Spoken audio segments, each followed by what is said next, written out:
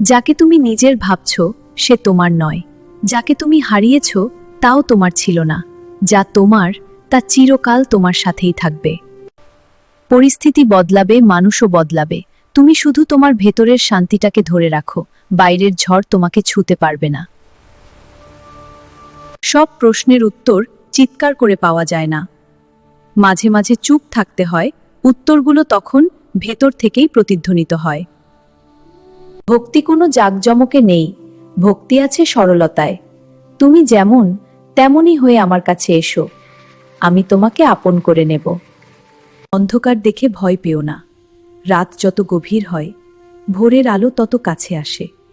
বিশ্বাস হারিও না, আমি তোমার সাথেই আছি। কৃষ্ণের এই অমূল্য বাণী যদি আপনার মনে শান্তি দিয়ে থাকে, তবে এমন আরও ভিডিও পেতে চ্যানেলটি সাবস্ক্রাইব ও ফলো করে রাখুন। আর ভক্তিভরে একবার বলুন, রাধে রাধে।